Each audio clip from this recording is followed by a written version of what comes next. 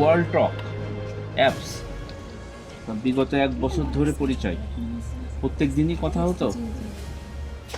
ও আচ্ছা আচ্ছা, কিন্তু টাইমের তো ডিস্টেন্স আছে, সেক্ষেত্রে রাত্রে কথা হতো না দিনে তোমাদের? দিনে তো হচ্ছে ওর হচ্ছে কাজ থাকতো, তো হচ্ছে রাত্রে বেশি হতো। আচ্ছা, ও কি কাজ করে?